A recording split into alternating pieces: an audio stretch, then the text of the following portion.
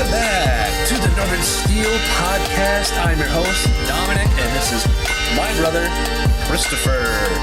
We are here with you. We're changing our name from the Northern Steel Podcast to the Acri-SURE Podcast. We did not get any endorsement deal for this, but we just figured keeping up with the times, you know? Yeah, and we just thought, let's change our name to a bank.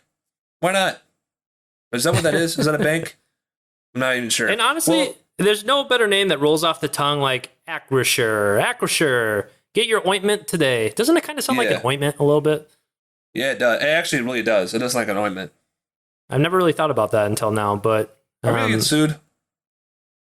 Maybe.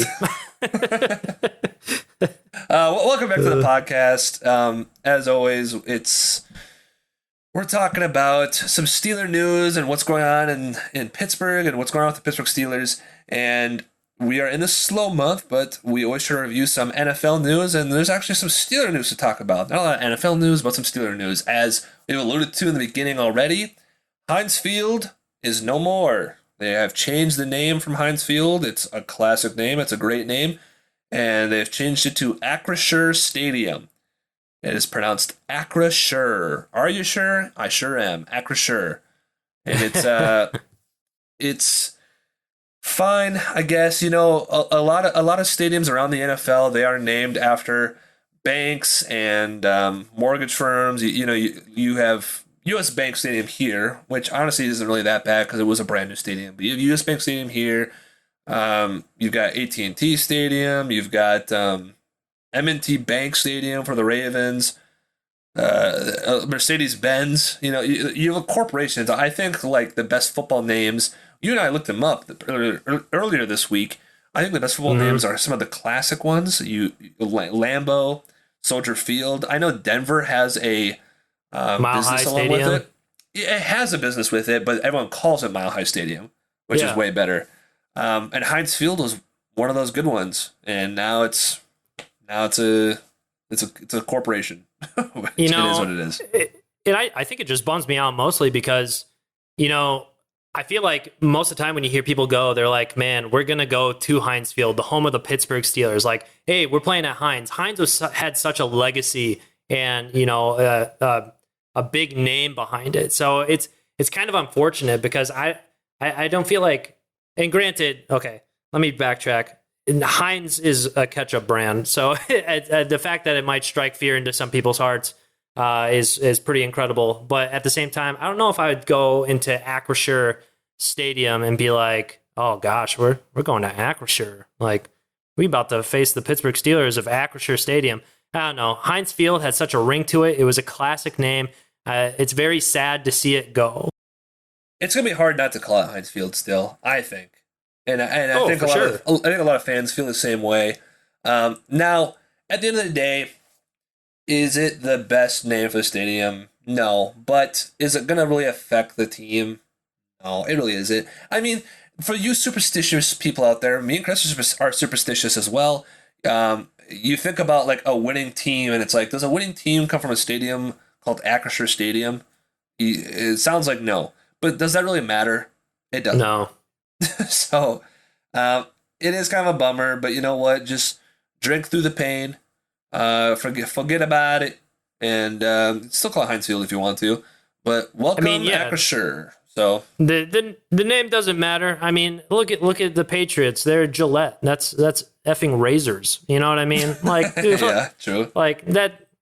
I granted it's the team that creates the environment at the stadium. So, I mean, obviously, if we can keep up the same level of play that we have every single year, I'm sure the name will pick up as well. But I am going to have a hard time getting away from Heinz Field.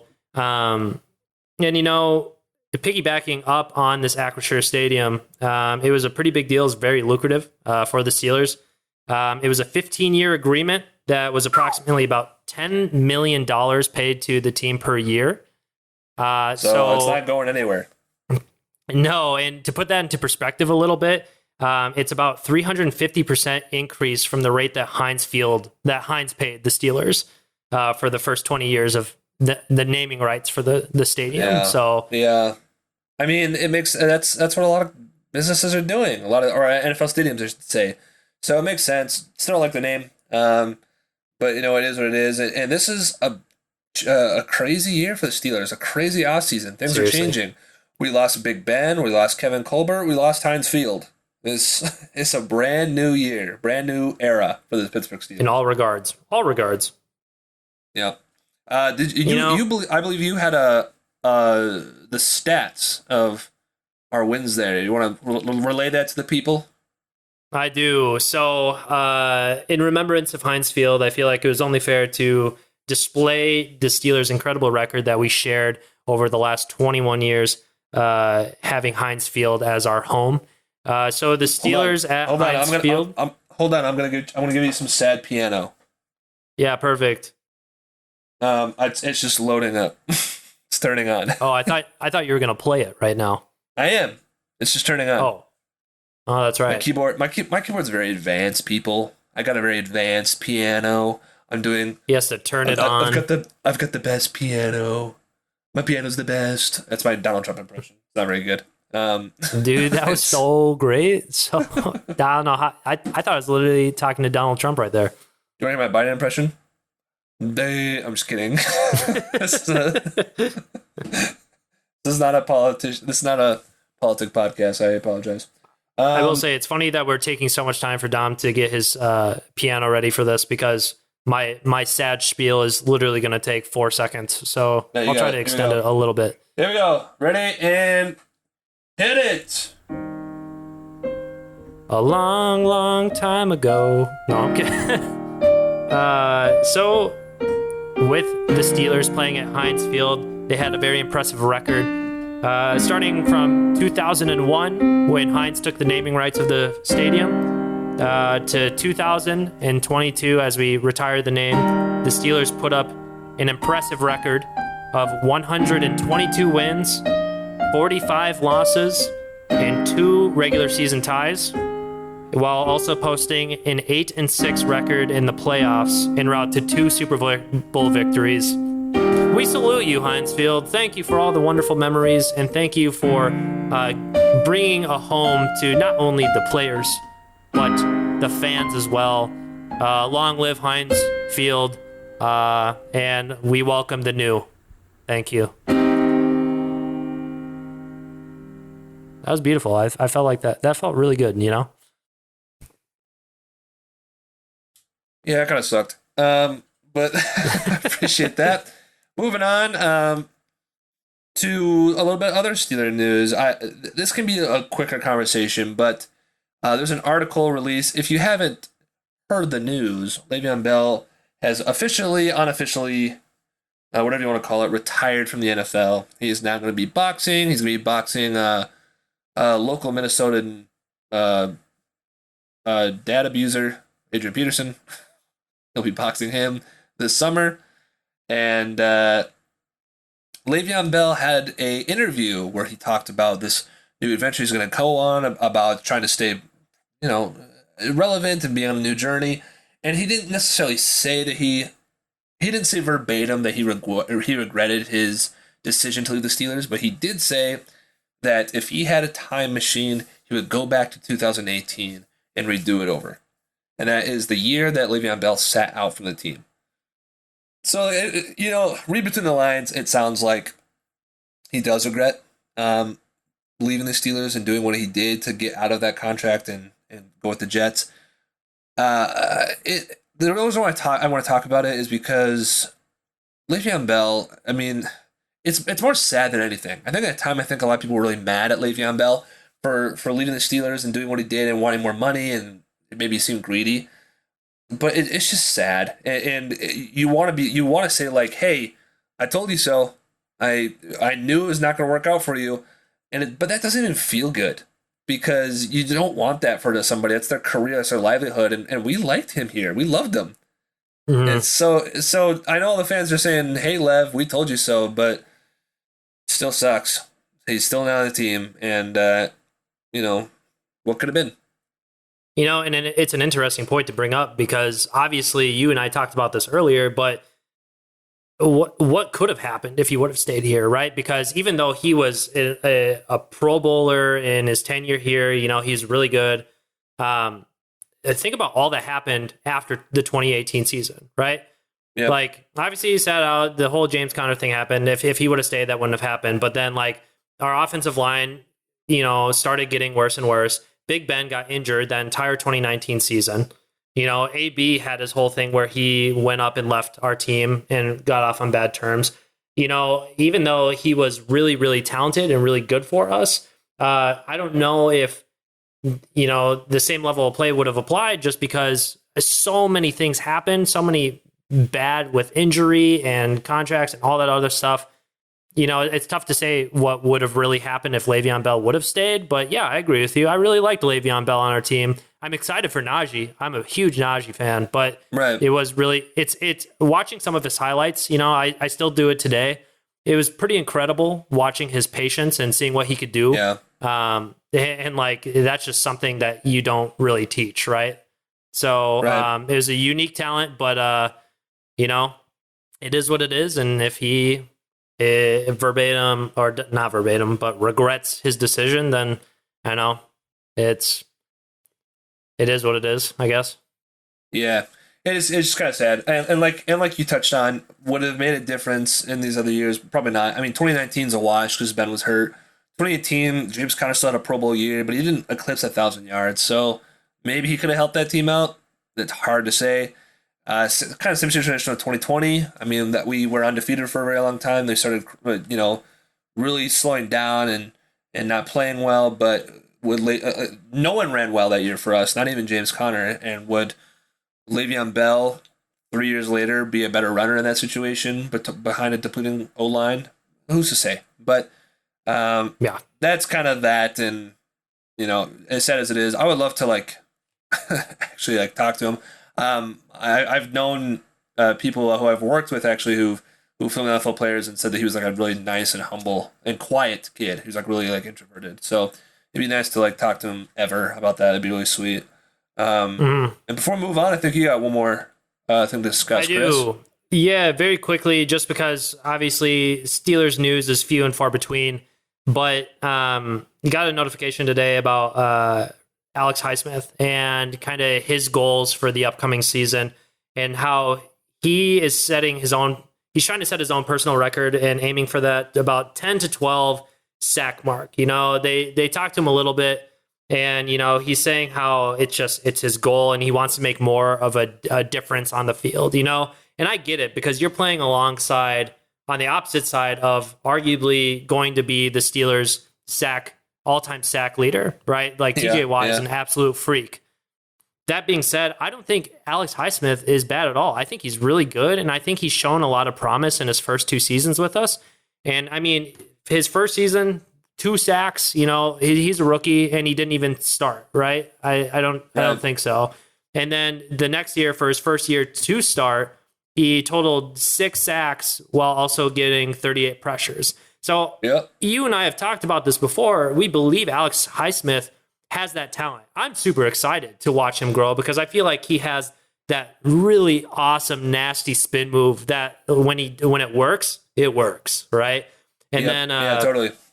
And I know a lot of people, or sometimes you hear like, hey, we're not going for personal records or whatever. In my opinion, is it really that bad for him to look for a personal record? If anything, if he gets that 10 to 12 sack, I'm sure that's not his end goal, but at the same time, that's 4 to 6 more sacks for him a season that he can help contribute to this team and maybe get people off of Watt and Hayward, so that way there's so much more pressure coming there. You can have help in the backfield. I don't know. I think totally. I think it's a very good goal to set, and I'm very excited to see what Alex Highsmith can do. He says he's feeling good. This is the best his body has felt from the article that I read, so I'm all for it.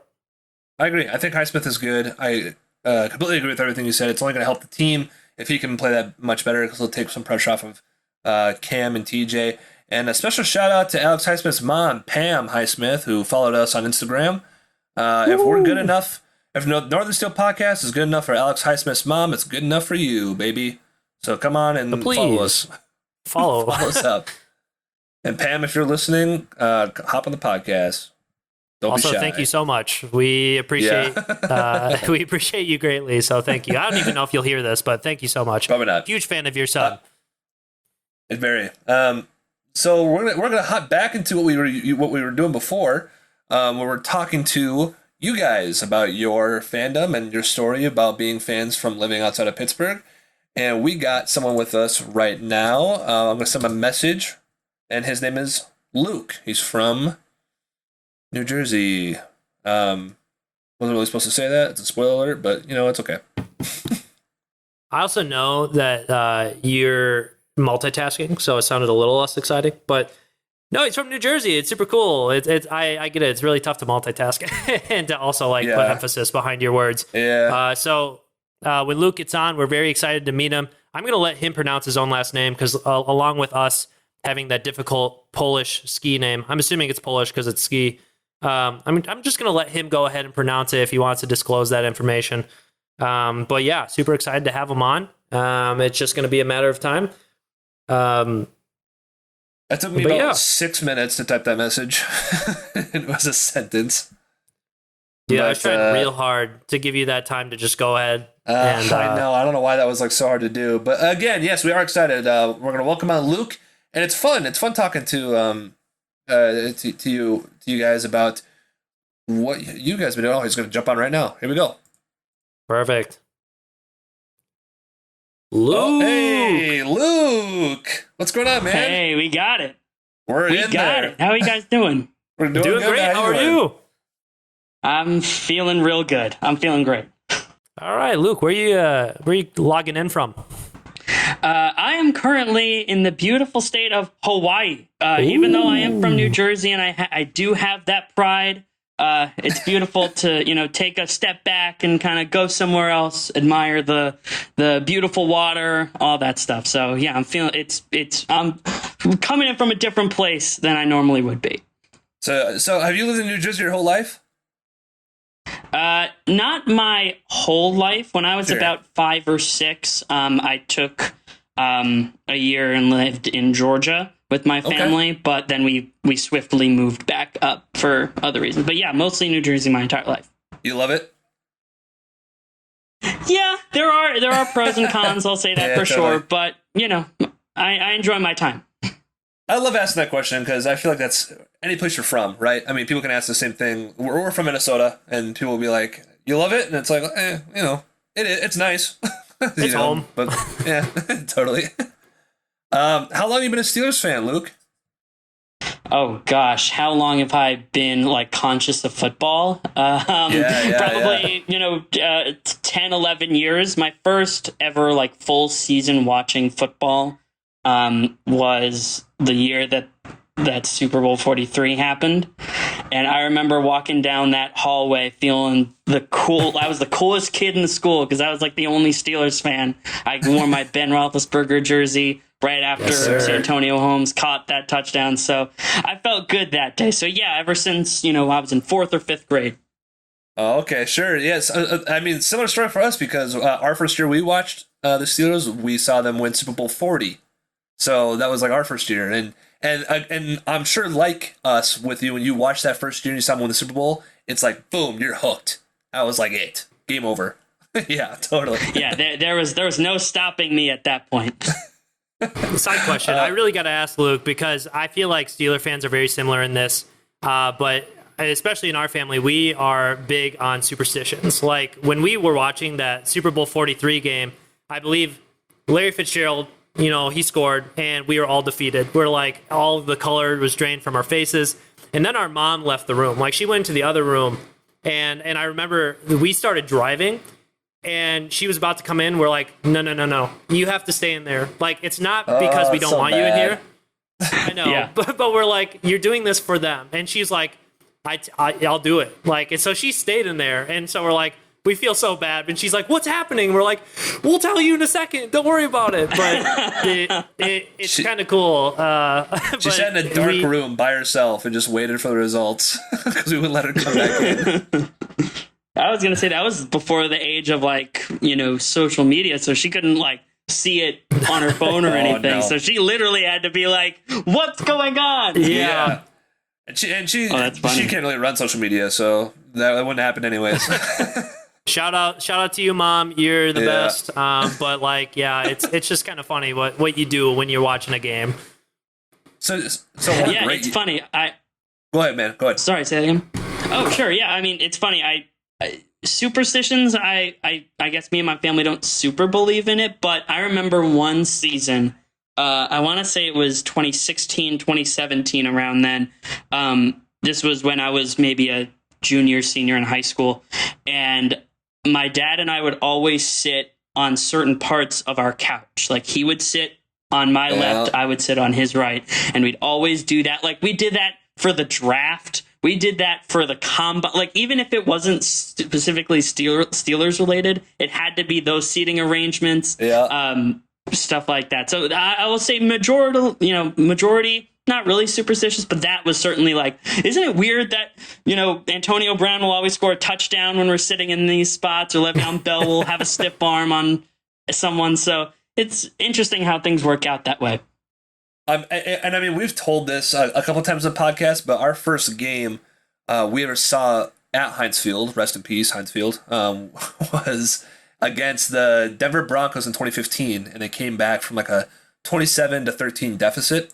And that was our first game we ever saw live. And it came back to win 34-27.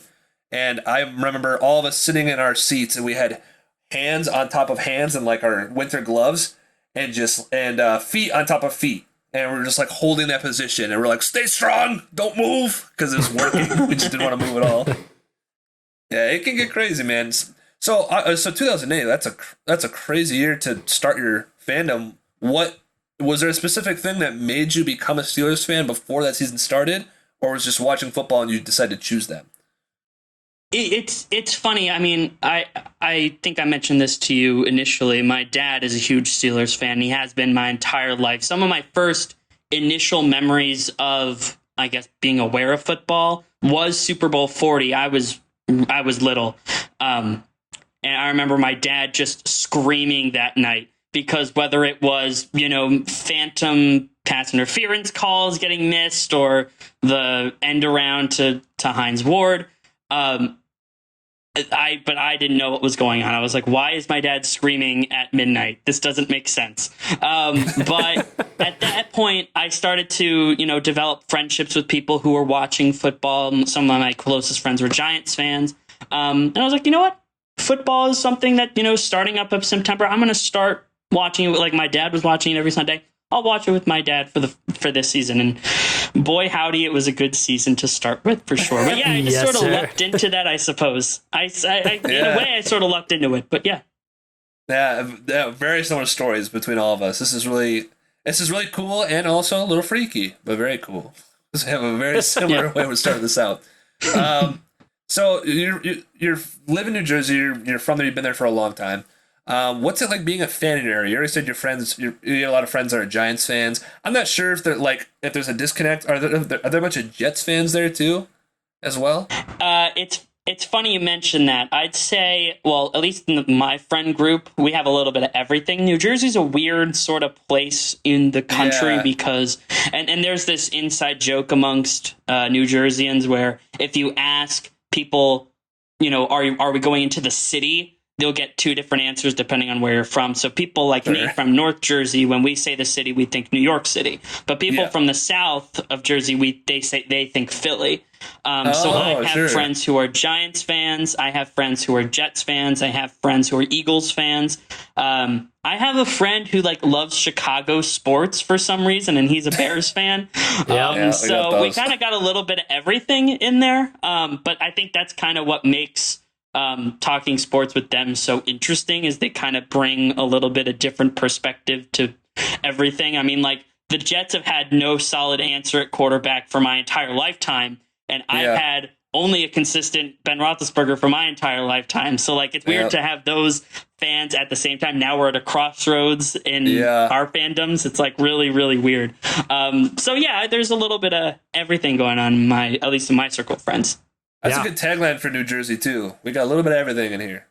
That should be the state motto for New Jersey. Right. I will also say quick shout out to your friend that's a Bears fan. One of my best friends is also a Bears fan, and I have to say I'm sorry to him almost every year. Yeah. It really stinks. It really stinks. I keep telling him, I'm like, hang on, buddy. Justin Fields will get you there. It's okay, but shout out to Jeff if he's listening out there. But like, yeah, you got to feel bad for them at times. And Jets fans, I think they might have found the quarterback now because I think he will play better on the field. He's already playing off the field really well. He's got that dog in him, so we'll see. We'll see how he does this year. But he's already catching bags left and right. Well, so what was that like being a Steeler fan and growing up with all those other teams of fandoms like around you?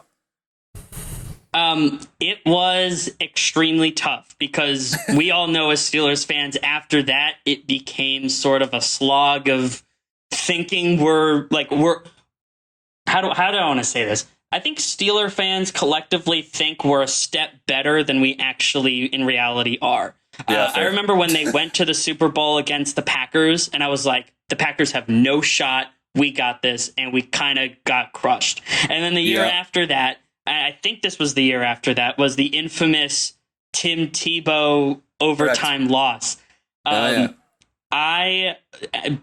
this is the double-edged sword of being one of the few Steelers fans in a majority, Giants, Jets fans state. I went to gym class that day, and we were getting changed for gym. I would come out. Everyone in my gym class is Tebowing. I've never seen it before in my life. Everyone is just on one knee, hand on fist. Everyone is Tebowing right when I walk out, and I got so bothered by it, but I just couldn't help but laugh. You rep your team as much as you can with pride, and you have to take it on your chin when they disappoint you as well. I was going to say, listen, I relate to that on a whole level. I mean, no one has ever Tebowed an entire class to me, so you'll take the cake on that one.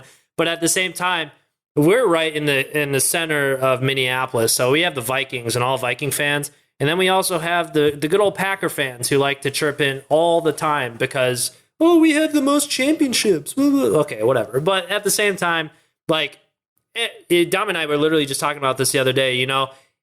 We never say anything because we hate the people who are just like overly like, oh, we're the best, we're this, we're whatever. Like, we'll stay quiet. The Steelers win, we'll wear our jerseys the next day, but we won't say anything to anyone. Yeah. The second the Steelers lose, they'd take it as a personal vendetta to be like, oh, did you see that game? Oh, weird. It's like you guys suck or something. Still I'm like, today. Thanks. Yeah, still today. Yeah. Every time the Steelers lose, we get tons of texts from friends, family being like, "The Steelers, you kind of suck, huh?" And it's like, all right, what are the Vikings doing? Relax. Right. But I was gonna say, but I'm sure that we all have shared memories of when the Steelers play those teams, and if they win, then we get turned that totally. Like because the fire's burning, but that's just gasoline on a fire. Totally. That never stops. So yeah, I think Steelers fans, we pick our spots well. I was going to say Good. I was just going to say 100% agree with that. But at the same time, Dom and I are kind of on the underside at the moment because we did play the Vikings this last year, and I've never been more sad to hear Flo Rida perform Apple Bottom Jeans at halftime while we're down 29-0. So that was rough. That was rough.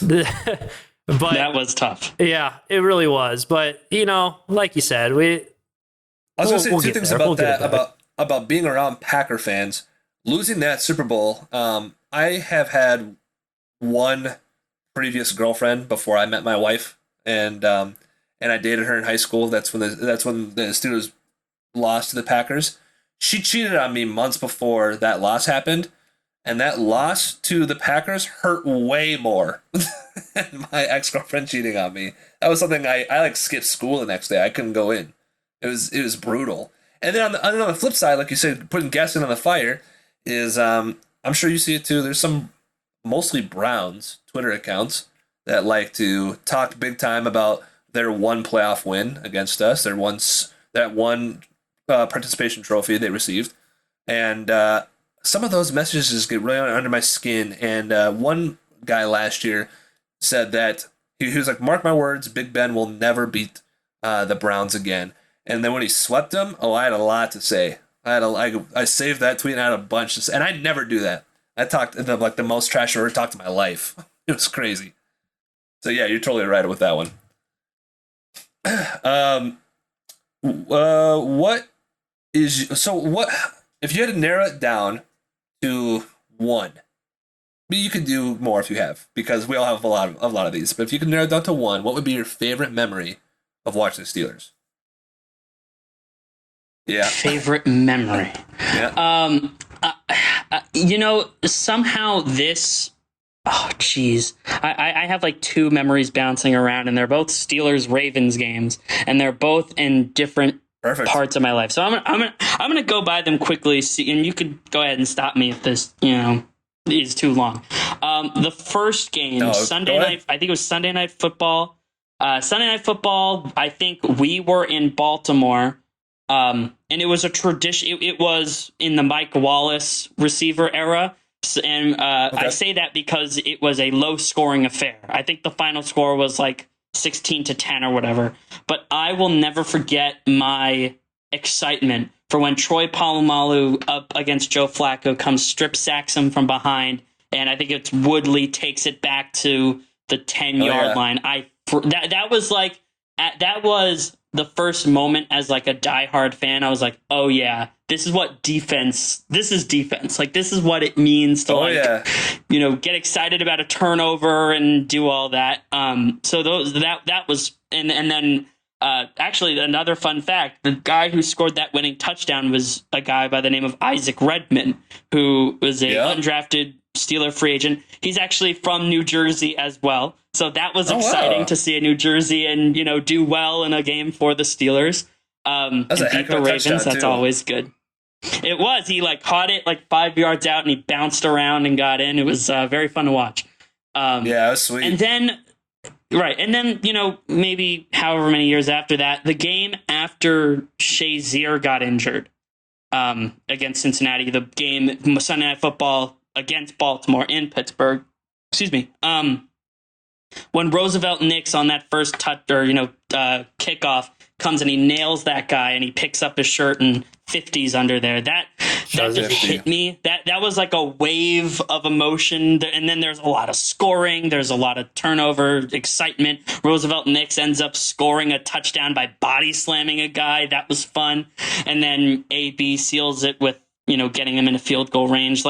In a weird way, it's the two faces of the Steelers of the decade. It's remember when we scored 13 points and still won versus we scored 40 and almost lost? Those are the weird two tales of the Steelers in this decade, but those are two memories that totally stick out to me when I think of great Steeler memories.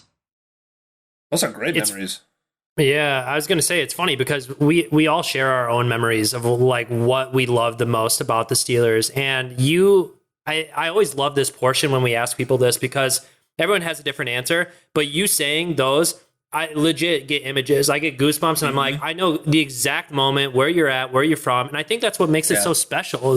Being a part of Steeler Nation is you could tell anybody who's a true fan those stories and they'd be like, boom, I remember exactly what you're talking about. When you said that Troy strip sack, and I pictured it. I was probably working out the other day, and I was watching that video, and I was just yeah, there it is.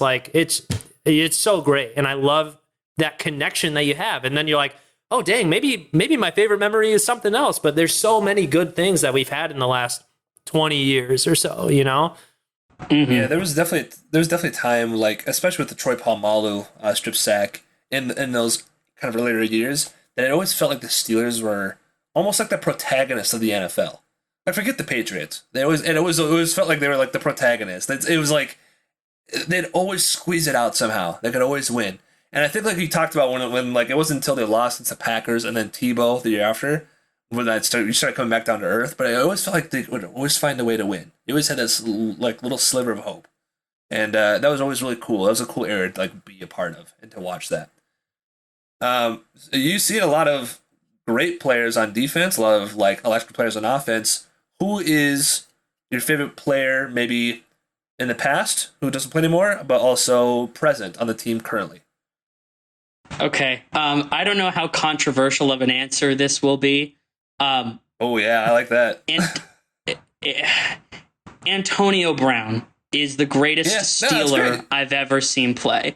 And, I saw Troy. I saw, like, prime James Harrison. I saw Big Ben. But there was no one who got me more excited to watch him play football than prime Antonio Brown. Because any day he could be like, oh, yep, I'm going to get 12 catches, 120 yards, 2 touchdowns, and make the defense look silly. Even some of the greatest defenses in football. Chris Harris had never given up a touchdown in 2 years, and I'm going to score 2. I was going to say that made me remember it. I'm going to score 2 touchdowns on him and make him look like an idiot. I'm going to make the Legion of Boom look like an idiot. Like, he was so dominant. It actually, like, even just thinking about what he was, it makes me, I'm just at a loss for words. Like, there was so much that he did that is almost like irreplaceable. So he was automatic. That to me, so Tony, the toe tap, he always got his feet in bounds, always had control of the ball. He did everything the right way. Except for at the end, he did everything the wrong way. So, things, right. It happens. My favorite player now, though, there's so many new moving parts. It's hard to say like this definitively. So I think I have to cop out and say TJ. TJ Watt is insane. He is a monster. He's furious, and he's one of the few guys on this team that I know can change the game. Every snap. And I will say a lot of guys on that defense probably could have an argument for that, but TJ's the guy. I think it's fair to say TJ. I mean, dude just got defensive MVP. He's constantly shows in and out. I mean, it's kind of like AB when you expect him to get 100 yards. You always expect TJ to get a sack here and there. It's like you always expect every game from him to get a sack. And same with like AB too, man. I feel you. I don't think some people might think that's a controversial take, but I tell Chris to this day that losing AB is like having a toxic ex-girlfriend. Because if he ever announced it and he was like, I want to play for the Steelers again, I know so many people would say no, but I would say, yeah, come on back. I love you. Come back, please. Kick the tires. Yeah, I agree. All right. Yeah, all feuds aside, what that dude did was unbelievable. You can't be a Steeler fan and be like, oh, good riddance. Dude, I would take, his talent, you just don't get that. Could you imagine describing Antonio Brown to somebody who's never watched football? Like, hey, we have this guy who's 5'10" from Central Michigan who is going to be the best receiver of a decade. It doesn't make sense. But somehow Antonio Brown makes all the sense in the world. Mm-hmm. Could you imagine swapping out in the Super Bowl that Steelers lost to the Packers? I know AB was played, but he wasn't prime AB and Mike Wallace the starter. If you could swap out Wallace with prime AB and Mendenhall with Le'Veon at the time, like just 5 years later, like I think that's a shoe-in for sure. That was nuts. Have you ever been to a game in Heinz Field? Or in general? I have. It's not a beautiful game to talk about.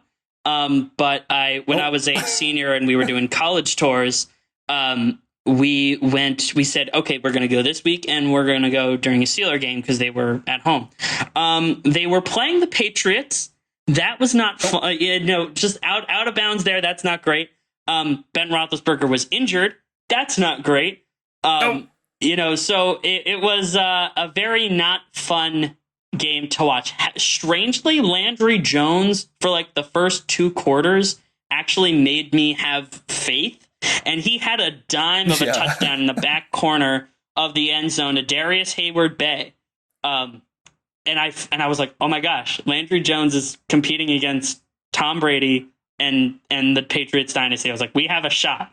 And then the fourth quarter rolls around, and Gronk is shoving Sean Davis to the dirt and taking his lunch money, and it was not a fun game. It brought me back to reality, and we walked across. We walked out of there with the rest of Steeler Nation. We were just I think we all knew they weren't going to win with given all the stuff that I had said, but but some of those, I mean, I remember getting goosebumps when I heard Renegade for the first time, and that screen went dark. I had chills. I was like, holy, this is what being a Steelers fan is all about. Like this moment right here. It's hard to explain. Is still good. Yeah, so the experience is still good for you, even though the game wasn't. Oh yeah.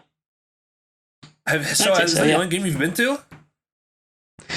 In Heinz Field, there have been other games that I've been to where the Jets and Giants play at MetLife Stadium, which is not a far drive from me. So I've been there for a couple games, but strangely, there haven't been a lot of games recently that have been at MetLife. There have been a lot of preseason games between the Giants and the Steelers. There was like one Jets game where the Jets actually like dominated, and Martavis Bryant had a long touchdown. They had one recently with Duck Hodges, I think, but I couldn't go to that game. So I don't know. Conflicts have come up. Games haven't been great. Losing to pretty mediocre teams most of the time. So I don't know. Maybe I should stop going to games, because whenever I go to a game that matters, it seems to be a loss. Oh no! Well, you got to go back to Heinz. I know it's called Acri-SURE now. We're not going to call it that. You got to go back to Heinz. I want to see you get a win. Are you thinking about going back soon at all?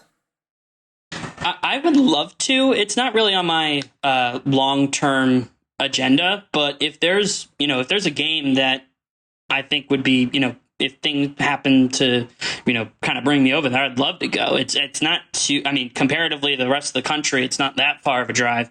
And I've done it before. So, I would love to, especially, if this young offensive core, if Pickett picks up, if, things start to turn around offensively and stay holding, I would be a fool not to be able to make some time.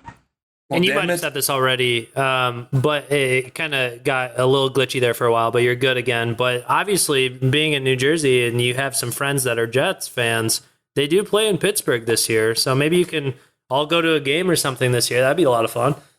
They also play Philly this year as well, in Philly. Now, I don't know how familiar you are with being actually at Eagles stadiums. Let's just say that if I were to go to that game, I would wear not a Steelers jersey. Yeah, because it's not saying I'd wear anything Eagles, but I'd just wear something neutral, like blue. I'd wear blue to that game or something. Like it's not a welcome invitation to go to. I think it's M&T Bank Stadium. Oh no, that's the Ravens. Wherever the Eagles play. Lincoln Field? Wearing Lincoln Field. Wearing the opposite team's jersey. I've actually heard they're quite pleasant. Yeah. When they played the Vikings, when they played the Vikings for the NFC Championship game, I heard there's so many fights. I heard so many Viking fans being like, I can't believe that people are this way, that the Eagles fans are this way. And I was like, you need to get out more, because that is exactly how they are. I could have told you that. But hey, man, if you go to a game, please DM us, let us know, because damn it, you deserve to see a win live. You need to see it. That would be superb. Because I've been to 4 games, two home for Pittsburgh, 2 away, and both away games have been losses. But both times at Heinz Field, I've seen them win. So that's been fun. So yeah, you got to let us know if you go to one. We'll make sure we'll root extra hard for a win. And here's where we get to maybe a final question, but it's a perfect final question for you, because I think it's going to take a little bit of time. I know that you said in your initial DM to us that you and your dad, you guys have a special bond, watch the Steelers, and you like to go over predictions and stats and everything that involves the Steelers down to the numbers. So my question for you, and you can make this however lengthy you want to make it, is what is your prediction for the team this year? Oh my goodness. Okay. Like I mentioned in one of the earlier questions, I think as Steelers fans, we tend to think we're a little bit above where we are. So I'm going to try and give my best neutral opinion, or, as neutral's the wrong word. The most honest unbiased opinion. That I can. Yeah. So I think just going by positions or room will make the most sense. Obviously, the big question, quarterback. What's going to go on there? There's 4 guys in that room right now, and they usually only keep 3. I predict that the quarterback depth chart by the end of the last preseason game going into the final 53-man roster will be Trubisky, Pickett, Olodokun. I believe they will trade Mason Rudolph somewhere. Someone's team is going to get, someone's quarterback is going to get injured. Mason has starting experience. Trade him. Josh Dobbs got a 5th round pick. Mason Rudolph will be traded and will be tradable, and we will get a pick for him. I agree. And I think Mitch will start. I know I love Kenny Pickett. I was really excited when they drafted Kenny. But I think they got Mitch for a reason. He has, even with the Bears, he got them to the playoffs, got them, won that division against Aaron Rodgers and the Vikings, who are not bad.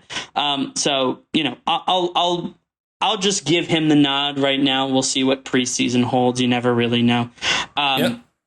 With the running backs, the biggest question is what's going to back up, or who's going to back up Najee.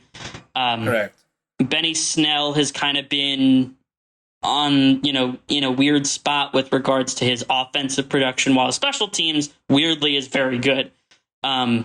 Mateo Durant, the undrafted rookie free agent from Duke, is interesting, and I think he will make the 53. So that's kind of my assumption there. The wide receivers, before you move on to wide receiver, what about McFarland? Because I think everyone's kind of like saying that they're done with him, but he's been injured a lot, and he hasn't had a chance to do anything. Now, if he doesn't do anything, fine, that's okay. But you brought Mateo Durant, and I know when they initially signed these undrafted running backs, Chris, to me, was like, oh, they got Mateo Durant. He runs this speed, and he's shifty. And I was like, yeah, okay, but we already have that. So what's going to make him better than McFarland? Because McFarland should be better. It's really interesting, actually. McFarland, you're right. It is really unfortunate that injuries have been the big thing that have been keeping him off a lot of people's radar, because I remember when he was drafted and we watched his tape, and the tape was, oh, he's explosive. He's got something there. Totally. But I don't know at this point. He was a 4th or 5th round pick.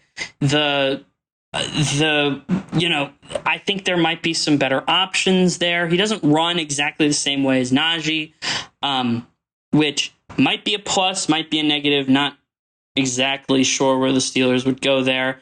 And again, the 53-man roster is a tough thing to navigate. And when a guy like Benny Snell has special teams value, it's tough to cut someone like that and keep McFarland as the let's see what he's got kind of running back. Totally.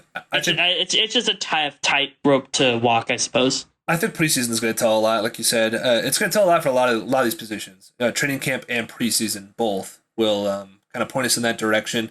I would like to see him obviously improve. We spent a draft pick on him. I'd like to see him be that compliment to Najee. But like you said, that is a good question on what does that compliment look like? Do you want someone who is a shiftier running back and who's faster and speedier, because that's not really Najee?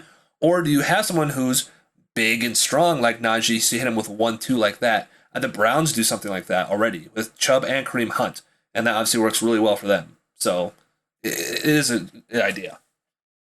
Yeah, we'll never know until, I think once we get that initial depth chart, I think we'll know kind of where they're thinking. But I know Mike Tomlin also loves some Benny Snell football. So that's certainly something for sure. With regards to the wide receivers, weirdly, I think with the Pickens pick and the Calvin Austin pick, I think that room is pretty set, and I'd be surprised if any movement happened in there. The big question at this point is Deontay Johnson. What's happening with his contract? Will he be the long-term answer? My initial gut reaction is he's not signing a long-term contract. Yeah. Considering the only guy we've kept for a long term was AB. Yeah. we tend to let people test free agency, whether that's Emmanuel Sanders or Mike Wallace or anyone in between. So that's just my initial gut reaction. Yeah. My prediction, I suppose. Freiermuth's a beast. I kind of got into I don't want to say an argument, but someone on Twitter tweeted something like, "I wish we had seen prime Ben Roethlisberger with Pratt Freiermuth today." Oh, sure. And I kind of responded with, "Well, yeah, but he had Heath Miller, who was." Right. I don't want to say similar to Freiermuth, but like in terms of value, I think there's, I think it's pretty close. Yeah, Heath Miller was no joke. But Freiermuth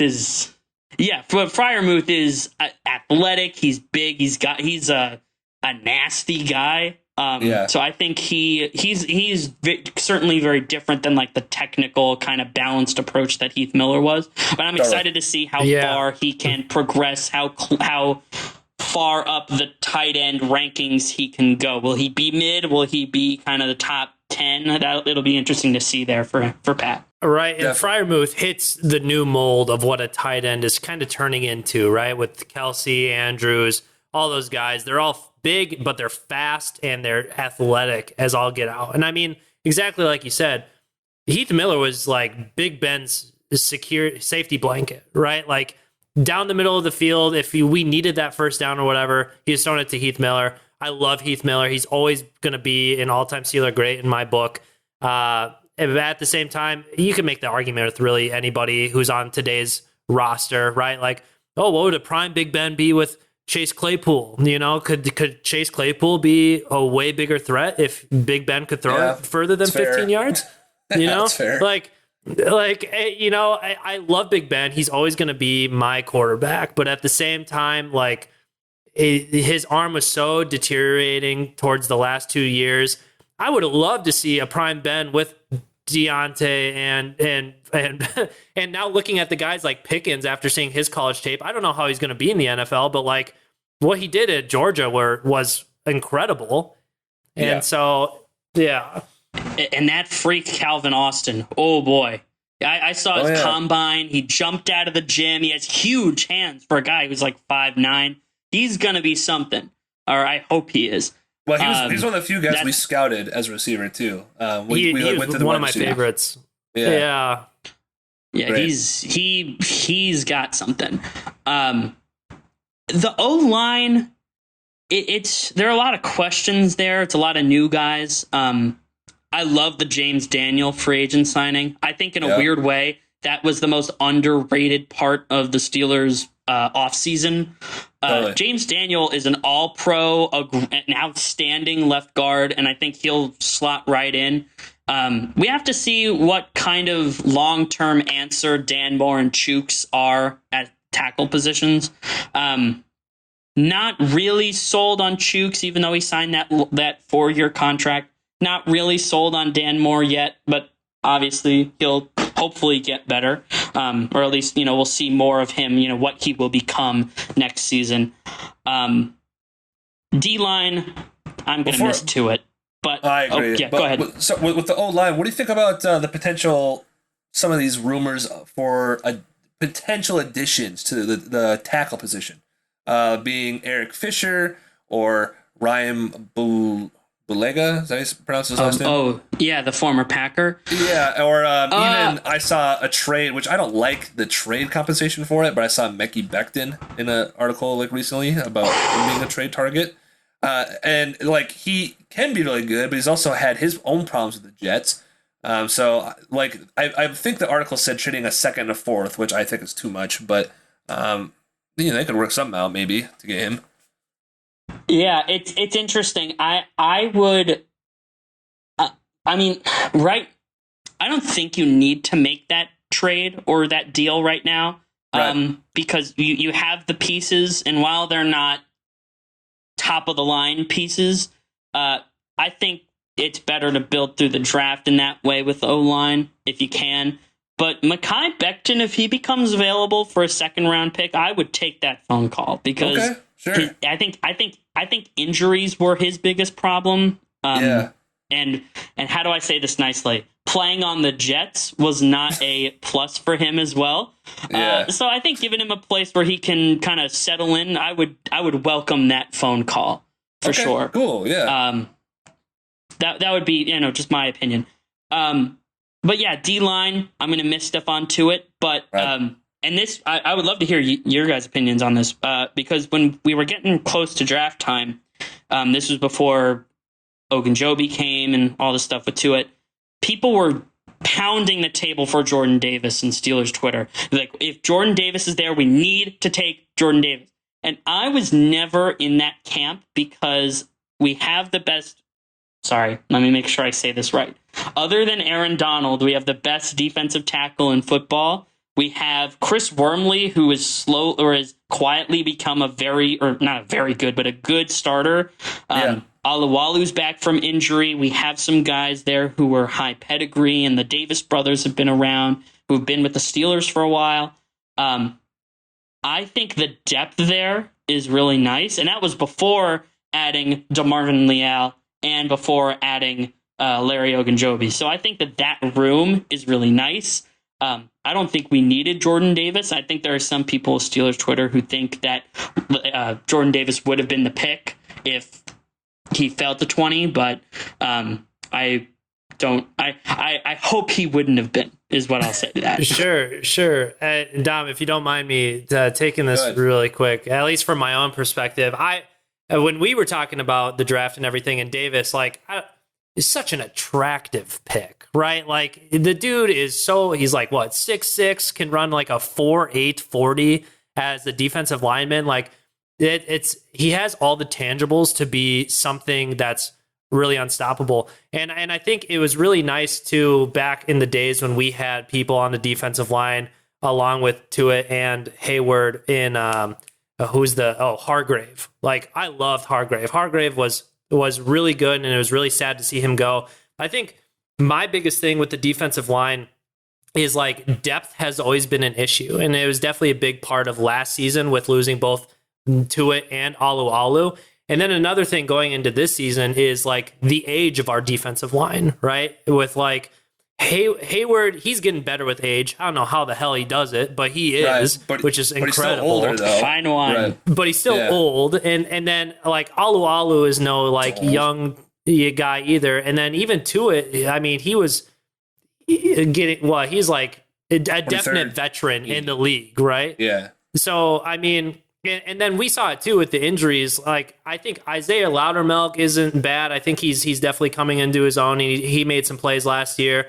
And then Martavius Adams, that pickup, he was really good. And I'm really excited that we signed him back. I think my big thing, what was so attractive about Jordan Davis, was literally just, like, his tangibles, and then also the age of our line of just, like, I would love to keep that powerhouse, because obviously our run defense was deteriorated from last year, like injuries, plague, and everything, and people just get old. That was my reason as to why I would like Jordan Davis. I love the Pickett pickup. I'm a big Pickett guy myself.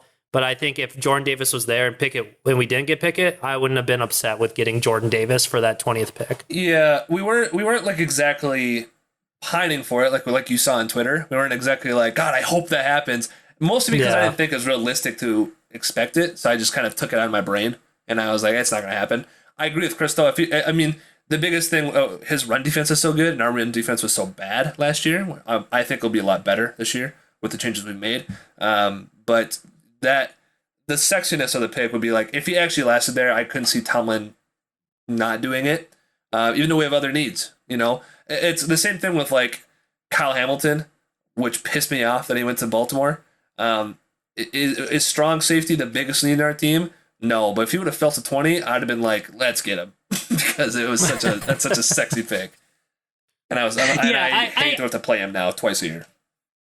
Yeah, I understand that, and I guess there's a difference between, like, being okay with the pick versus, like, needing the pick, quote unquote. Yes. What bothered me weren't the people who are like, if he's there and your quarterback or your guy at quarterback isn't there, then take a flyer on Jordan Davis like that. Jordan Davis, I think, is going to be great.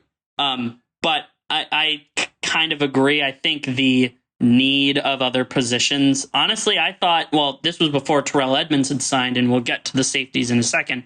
But safety's got to be something we got to circle as well, especially because of that the contract that Edmonds signed. We weren't sure about that.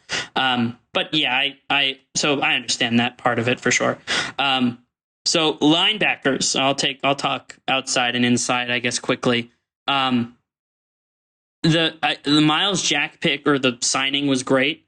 And that's another position inside linebacker where there's a lot of guys. And when it comes to the 53, someone who we like and has high pedigree or maybe was drafted recently is going to get the boot. Whether that's Mark Robinson, whether that's Ulysses Gilbert, whether that's, someone in that sort of Buddy Johnson, someone in that sort of echelon, is going to have to be the odd one out. Just because of positions and numbers and stuff. But, and at that rate, Devin Bush has to bounce back, right? Like, you can't have that bad of a season again, right? And especially considering that Miles Jack is playing next to him, he has to. I don't think he'll be as good as he was his rookie year, and I don't think he'll be as poorly as he was this past year. Hopefully, he'll find somewhere in the middle, hopefully towards the top end of that, where he can not be a liability as opposed to, hopefully he'll just be, a good starter. Well, also Brian Flores having a direct approach with him, Yeah, that'll help for sure. Now that I think about it, I know I said James Daniels might be the best free or the off-season addition by the Steelers. I might be wrong. Brian Flores is a boss, and he's great, and I'm so happy he's with us in any capacity, let alone whatever capacity that is. He's great. It is so weird because we are not used to getting so many people during the off season. Because when you said the James Daniels being the best, I was like, yeah, James Daniels is super good. But then you forget about dude, we had picked up so many people in the off season. And I was like, oh, including coaches, right? So James Daniels, beast. I'm excited to watch him. Miles Jack, I'm super excited to watch Miles Jack. And the Brian Flores, and you think about all the other people, you're like, dude, I lost track of literally all the people. And we were talking about preseason and who we want to watch. There's a laundry list of people that we're just like, oh my God, this person, this person, this person, this person. It's cool. It's a beautiful problem to have, or not problem, but it's a beautiful thing to have, right? You get a lot of guys that you want to circle on your list. Outside linebackers, TJ Watt's amazing. Alex Highsmith's going to get, he's going to improve and keep getting better. I love the Tuzar Skipper signing. I'm a huge Tuzar Skipper believer, and I think he will be that after the guy that we got in free agency, Jannard Avery. Jannard Avery. I think he'll be those two will be the backups, and I think we're set. I love Tuzar Skipper. That's me being a little excited, and obviously. Derek Tuska is a kind of the weird guy in the middle who's what's his role on this team? So that's something there. DBs, I love Akello Witherspoon. Weirdly, I think he's underrated by a lot of people because he didn't start until the back half of the season. And then when he did start, he had 4 picks or whatever it was, and was a pretty top-notch player. So I don't think he'll be Darrelle Revis level or even, I don't think he'll make a Pro Bowl or anything, but I think he is better because I'm sure you guys have seen a lot of the Pro Football Focus has had Akello Witherspoon as the 31st starting cornerback in the league. And I think he deserves a little more credit than that given how little he actually started, but yet made an impact when he did start. To play devil's advocate to that and I want him to do well, obviously, because we're all Steeler fans here. It makes me nervous because I'm hoping it's not just a flash in the pan situation. I hope that he can keep building off of that and he can still play solid this upcoming year. Because at the end of last year, he was phenomenal when he started. That was great. But the hope is that he can keep doing that, and I hope he can. I just don't know. I really don't know. Yeah, that's a good point. But at the same time, I would counter with, and I love the Steelers to death. Cornerbacks have not necessarily been our strength when it comes to drafting and developing. Our best cornerback of the decade was Joe Hayden, who was dropped by a rival. And then after that, it's Willie Gay, like the back half of Willie Gay's career. It's been a lot of Cortez Allens and Curtis Browns and Artie Burns who had no upside. Yeah. I'm okay with Akello having some sort of upside and his length and his athleticism and his playmaking. Hopefully it will continue. We'll see. And Levi Wallace, I think, is a good pickup as well. A little bit of an underrated part of the offseason as well. Because Joe Hayden left, Cam Sutton can now move in to sort of play that nickel position. Levi Wallace can stay to the outside. And then the depth there is a little bit interesting with James Pierre and Justin Lane and those guys. And then the safeties. The long-term answer at strong safety needs to be addressed, whether that's Terrell Edmunds. I like Terrell Edmunds. I think he has been overhated by Steelers Nation a little bit because he probably wasn't worth that. He probably wasn't worth that first-round pick. But I think if you look at his stats, every year he has gotten better than he started as. So while I understand he is not great. He is not great. But and if there is someone better, I think you do need to, whether that's in the draft or free agency, I would totally be okay with drafting someone or picking someone up in free agency. But I'm not sure there are too many definitive answers out there that are, that are worth the money, quote unquote, for Omar Khan. Sure. So I guess that's going to be the big question for me. But that is a question coming up next off season, I suppose. Chris, I know you look. I was going to say you looked like you had something to say. I was going to say, let the record show. I used to be a big Terrell Edmunds hater, and I think it was because of the overhype with him being a first round draft pick, especially when he was like analyzed to be more in like that third round. And I might have called him Terrell Badmans for a long time, because I agree with you. I've started to turn the other cheek a little bit more because he has improved a lot. And the thing with the guy is he's so durable. Like, he never gets hurt. He's always out there. And like, injuries is something that always plagues our defense, mostly, I would say. It obviously plagues our team as a whole. But at the same time, like, he's become so reliable. He's gotten better as the years go on. I'm coming around to Terrell Edmunds more, and when you were like, all the people hating on him, I was like, oh, damn, he's calling me out right now. That's 100% what it was. But in a weird way, I think you were justified. Because let me set the scene. Ryan Shazier is walking. We thought he was paralyzed. He's walking out there to deliver this pick, and we thought it was going to be someone who was high pedigree, all this. And then it's Terrell Edmunds, who his brother went earlier in the draft, who is a better pro. I love Tremaine Edmunds. Mm-hmm.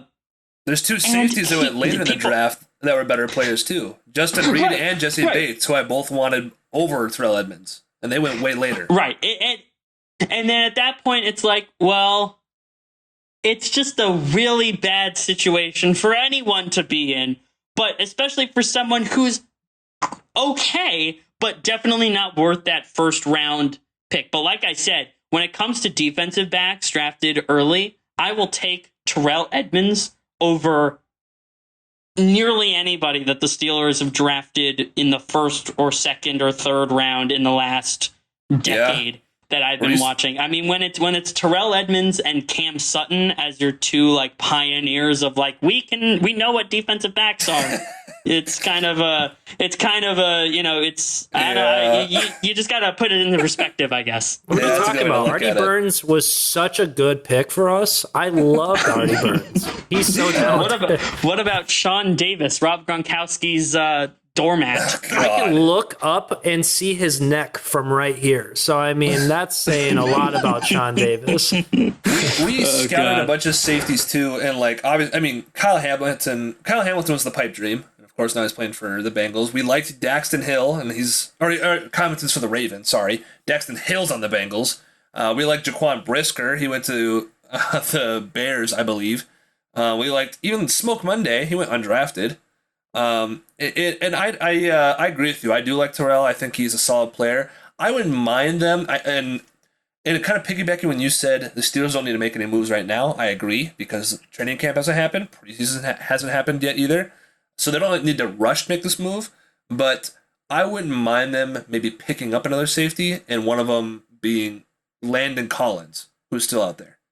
Because nobody has touched Landon Collins. I used to love Landon Collins. I wanted him when he got that huge deal from Washington. If he can take something really cheap and a veteran minimum, I would not mind pulling a flyer on Landon Collins. We don't have to do that right now, though. But I think there's an option there. We get him.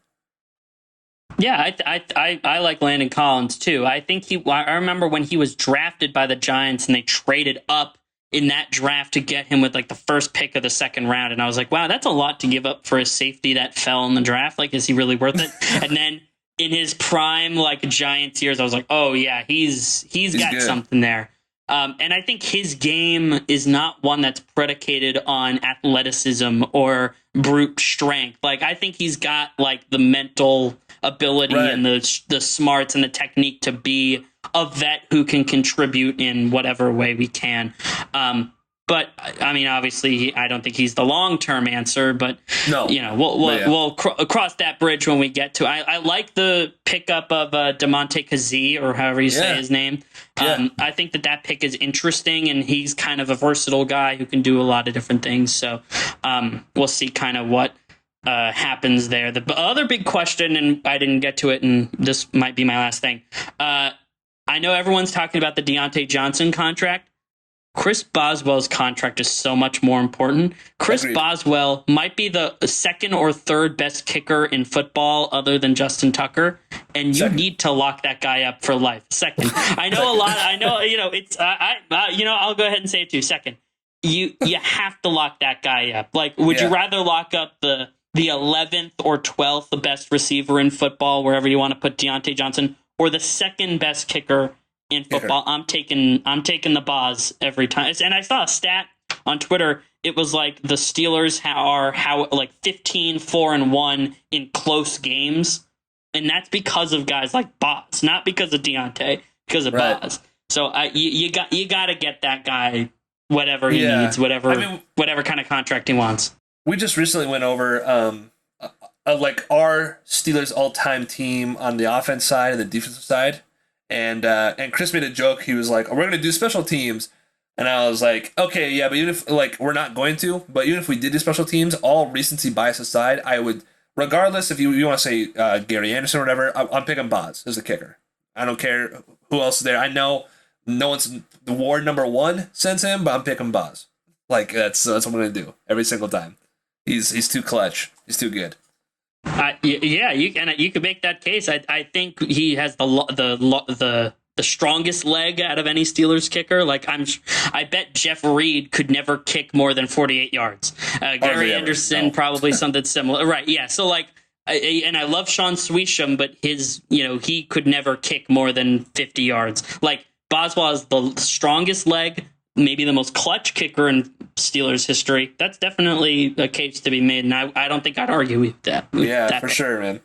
I appreciate you going through like each position by position. Real quick, what are you feeling for a record for this year? Around 10-7, 9-8, and depending on who you beat, you might get a wild card. Knock on wood. I like that, though. I like that. Hey, Luke, man, it was awesome talking to you. I really appreciate you coming on here, and it's obvious that you're a big Steeler fan like we are. I appreciate you sharing your knowledge with us. It felt like times talking to like a Steeler insider. It really did. And but you're just one of the gang, like us, It was cool. Like you know what you're talking about. It's always fun talking to people like that. And we hope to have you on again, man. It's really fun. Appreciate you coming on. Oh, thanks, guys. Oh, thank you, guys. Appreciate it. Yeah, anytime that you're willing to have me back, I'll make time for you guys. Thank you so much. This was really, really fun. Yeah, and really quick before you go, Luke, if you would like a shout out, we'd like to give you one. But I have no idea how to pronounce your last name. Oh, sure. Yeah, I'll take one. I'll say my last name. It's Robleski. Robleski. Yes, sir. Yeah. I feel you. We're Paskowski, so it's the. I was gonna say the Polish is strong with this group right now. It really is. Well, yeah. Make sure you follow this man at Roblet. Say it one more time for me. Robleski. Robleski _Luke. Follow him on Twitter. Seriously, Luke, thank you so much for coming on here. It was honestly a blast. I felt like time flew by. So yeah, for sure. All right, man. Yeah, you take it easy. Seriously, anytime. Yeah, of course, and you take it easy in Hawaii. I wish I was there instead, but but you enjoy it while you can, man. Will do. Thanks, boys. Have a good day. Yeah. You too. Talk to you later. All right, bye, guys. Bye. All right, man. Hey, that was Luke. Let's get it for Luke. We really need a clap track or something, realistically. Yeah, sound effect. Yeah. Well, that was a great conversation, and it went on for a while. So I say we just wrap this up right now. I want to thank you all out there for listening to the Northern Steel podcast. Yep. Again, my name is Dominic. This is Chris. You can follow us on Twitter, on Instagram, on YouTube, on TikTok, on Pizza Hut, on the Best Buy social app, on Grubhub, and on Rocket League. Okay. Any last words, Chris? Nah, we're all good. Peace out, and until next week. All right. Peace.